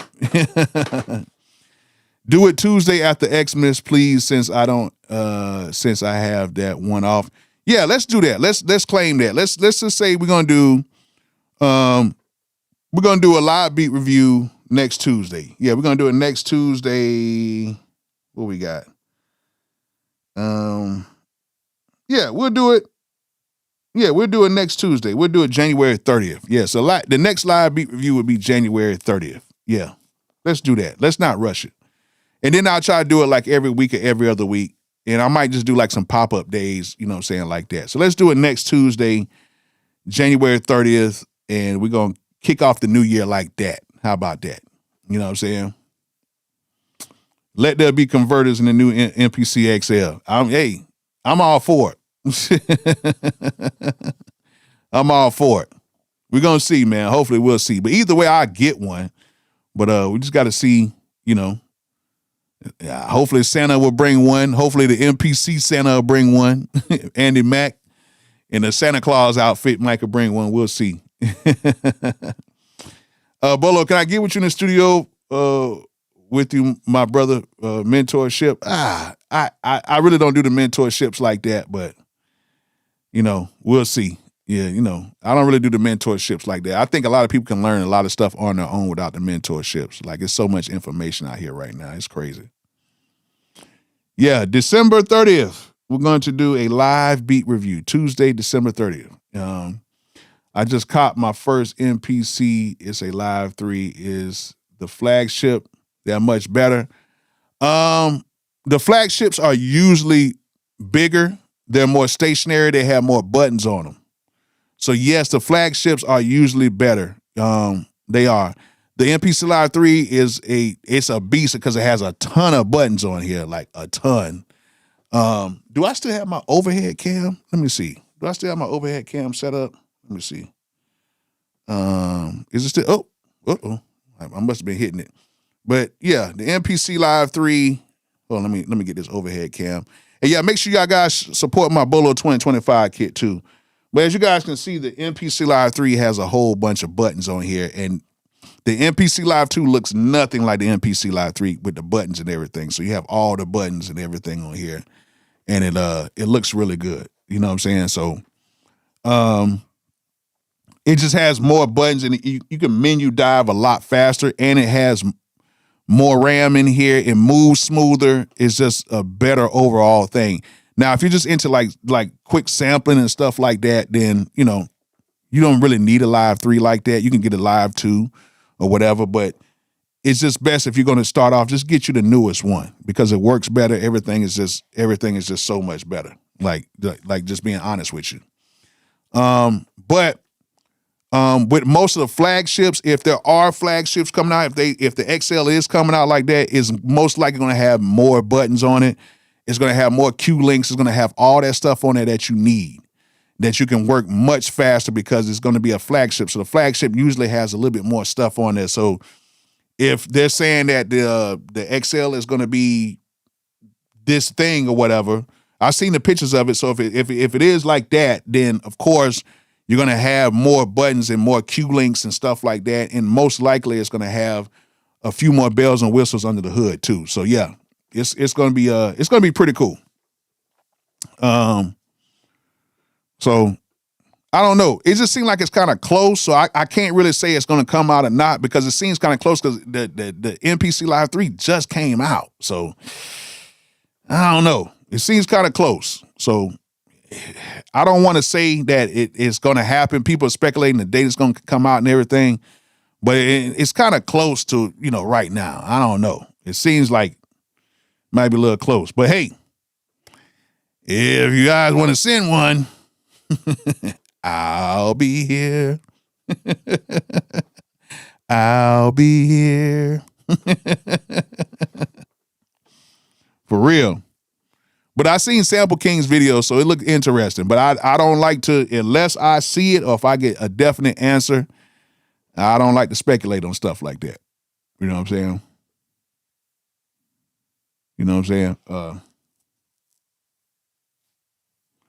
Some of you get a pass today. Ignore me next time and knocking on your door too. Oh, man. Thanks, man. Thanks.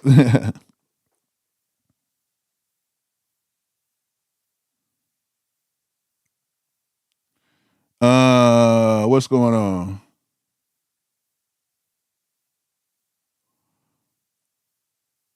What we got going on? Any other questions? Any other questions? Any other questions? Merry Christmas and happy holidays to you as well. All right. Good night, man. Good night. Yeah. So yeah, I'm gonna go ahead and wrap this thing up, man. I had a great time talking to you guys. Just want to let you guys know that there is some money in music, but you got to work for it. You definitely got to work for it. Okay, we got another one right here. With publishing, how to fill out a split sheet. Isn't there a writer share and a publisher share, and a contributor will get a piece of both? A split sheet is just literally just a piece of paper to where people just. I've never done a real split sheet. I'm just be honest with you. I've never sat down and filled out a split sheet in the studio before. That's like an unwritten rule, to be honest with you.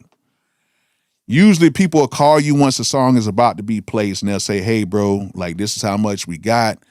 How do you want to do it? When you work with certain producers will tell you as soon as you walk into the studio, listen, this is how I do it. The producers get this much, the writers get this much, or some people say, hey, listen, if we got 5 people writing on here, we're splitting this down 5 ways, done with. That's just the way it is, okay? Split sheets are the percentage of the record. So if you get 20%, that means you get 20% of the publishing of that record, okay? Pretty much about it. And then it's that 20% piece with everything from that point. So that's how that pretty much works. Bolo producer, that's why you couldn't get to me, because you did Bolo it's Bolo DA producer. That's why. I asked about analog summing. Please recommend on or share perspective. I used to be big on the analog summing tip because, each channel kind of gives you a little different variation or whatever. But after talking to a lot of people who mix and who have used analog summing like that, it's not needed. You know what I'm saying? It's not needed. You know what I'm saying? It's not. It is not. It's a lot of people who used to have the analog summers. They're basically just, there's just more channels. Like you can do a mixer, you can do analog summing on. You know what I'm saying? You can get a regular mixer and and each channel on the mixer is going to have a little bit of a different sound. It's just like a different section of the mixer that may sound a little bit different that sums it up, and you just kind of get like a cool little sound to it, but you don't have to do it. A lot of people who mix right now don't use analog summing. You know what I'm saying? True Line, how do you get a placement? You play your beats for a whole bunch of people. Play your songs for a whole bunch of people. That is in the music business. That's the easiest answer I could tell you. Play it for as many people as you can. Try to get people to hear your beats. Try to get people to hear your songs or whatever. Play it for as many people as you can. That's it. And there's no other way I could tell you. Try to go to places. Try to play it for as many people as you can and not be scared because somebody steal my song. Don't worry about that. Because they probably already got a song that's probably better than it already. I'm just being honest with you. They probably got songs that's ready to go. All right. So yeah, just make sure you guys go out here and just understand how money works in the music industry and just know that it takes a lot to make a lot. But if you're having fun, you might could turn around and make you a pretty good living for a few years, and you could take that and make it into other things. That's why you see a lot of musicians going to trucking. You see a lot of musicians open up restaurants. You see them doing a lot of stuff because at the end of the day, once you have that big run, you still get some placements and stuff like that. You'll get some smaller placements or whatever. But once you have that run, it's time to now either put your money up or spend it the right way or invest it the right way to try to get it, get yourself right. So just make sure you don't overspend. And make sure you just understand that it takes a lot of work and it takes a lot of luck to make, the big bucks in the music industry, okay? So I hope you guys enjoyed today. I appreciate you guys coming on my lives twice today. So I appreciate a lot of you guys coming on here. I had a lot of fun talking about this, and I'm going to do more informative lives like this. And hopefully we can continue to keep doing this and pushing the game forward and just try to do it in a more positive way. And shout out to everybody. Shout out to everybody that donated, man. Thank you guys so much for, all the people who did donate. I really appreciate you guys so much, man. And I just want to say thank you to each and every person that donated to the chat. Let me go ahead and give you guys a shout out real quick to everybody who donated. Thank you, Desmond. Thank you so much, Dr. Indy. And thank you, Av McCree. Thank you so much for donating, man. I really appreciate that. Thank you so much. Thank you, thank you, thank you. And for everybody who's on here, thank you guys so much for watching the stream. If you came on here late, you can watch this over. You know, all my streams I keep up so you guys can watch it over. I made a beat earlier today too, so if you want to watch that stream, go ahead and watch that as well. And hope you guys enjoyed something tonight. Hope you guys learned something from it. And like I always say, peace out.